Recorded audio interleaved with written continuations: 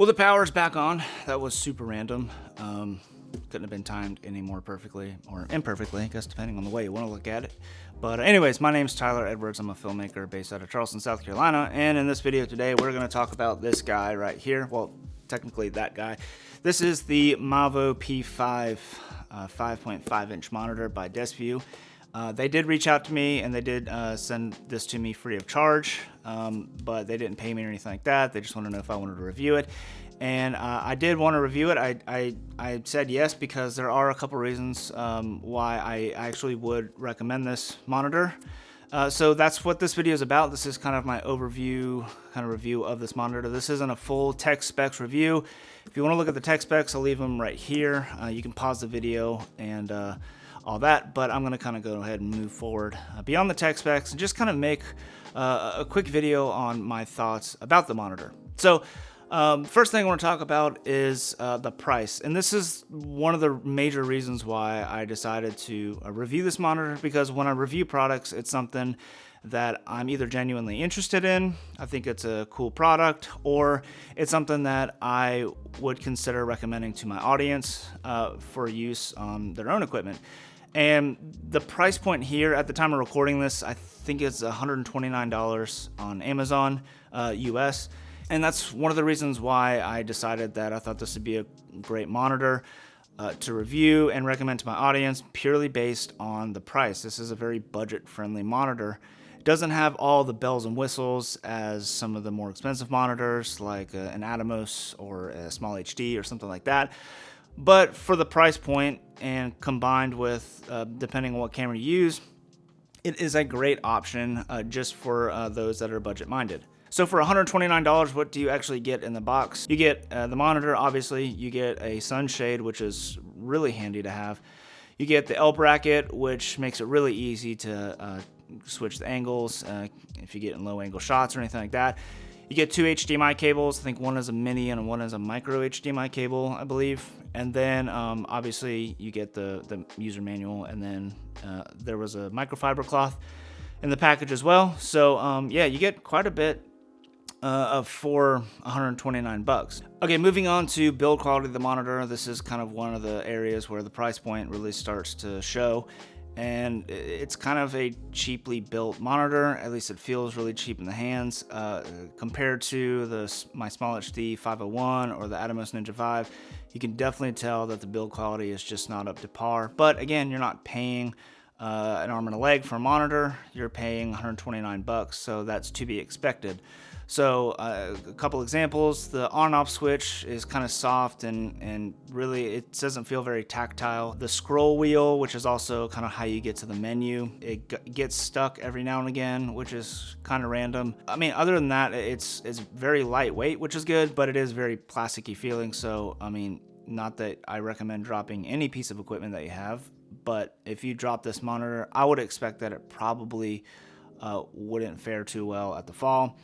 Like if I drop my Small HD monitor, I really wouldn't be all that concerned about it because the thing is built like a tank. So on the monitor itself, it has two 1/4-20 mounting points, one on the bottom and one on the side. And the one on the side is going to be used for the L bracket if that's what you decide to use. And it's pretty cool. The L bracket actually has a little cold shoe mount on the side, so you can mount a microphone or a light or whatever the case may be on the side. So that's super handy there. It takes Sony NPF style batteries, so most filmmakers have those laying around, whether they're for their cameras or the lights or whatever the case may be. You also have a 12 volt input as well on the side, so if you're running a more rigged out V-mount situation like I have right here, you can run power off the V-mount battery and this thing will run all day. On the top, there's the on and off switch. There are 3 function buttons that you can map to specific monitoring functions. There's an exit button to get out of the menus, and then the scroll wheel, which is what you push in to get to through the menu items as well. On the side, there is an HDMI input and what looks to be covered up an HDMI output as well. I don't know if they have like a better model or something like that, but this is just HDMI in, and that's something that you have to consider. Again, at this price point, you're not going to have pass-through HDMI, so If you are running multiple monitors, this is something that you need to have at the end of your chain, because you're not going to be able to send a signal out of this. But if you're one-man band, run and gun type stuff, and it's just you rocking the monitor, kind of just like in a setup like this, then you don't really need to send an HDMI signal out. But that is something to be aware of and to keep note of, is this is something that you're not going to be able to pass an HDMI signal through. On the bottom, there also is a USB port to update firmware or anything like that. And that's pretty much it. That's kind of what you have on the physical features of the monitor. So moving on, the menu system, the menu layout, it definitely doesn't look as sleek as, say, the small HD menus or anything like that. It's pretty basic, no frills. Again, I want to reiterate, $129. Don't expect to have all the bells and whistles that you would expect from those higher end monitors.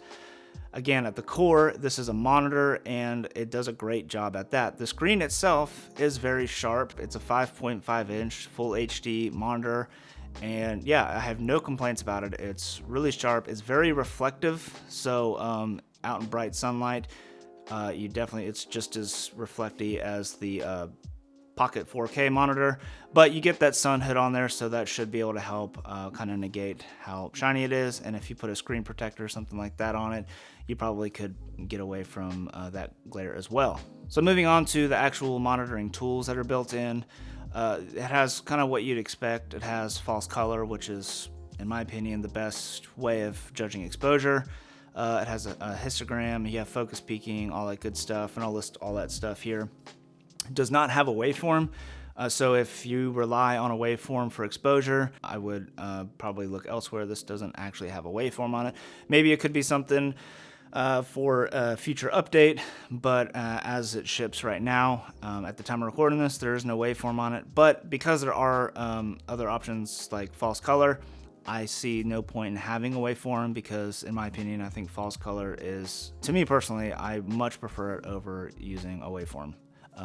You can judge exposure values for the entire scene, and it's mapped just on the whole scene and not on a graph. So anyways, I have a whole video on false color if you're interested, and I'll leave a link to that above and all that kind of good stuff. Okay, so to wrap this all up, who do I recommend this monitor to, and where do I really see it kind of falling into place?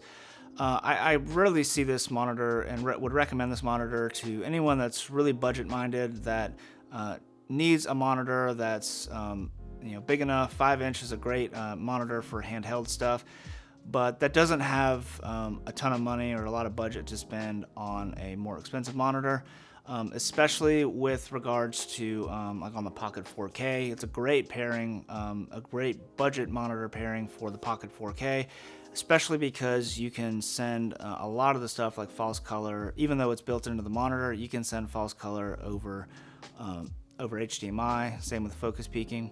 However, if you have something like the Canon EOS R or a Sony A7 series camera or anything like that, I still do think it's a really good monitor, because it does have some of those professional monitoring functions, like false color is a great example on there, and obviously being able to pull focus on a bigger screen is much nicer to do than on one of those tiny little 3-inch or however big they are on cameras. Where I don't see this monitor showing up, I don't really see this showing up on kind of big professional sets or anything like that.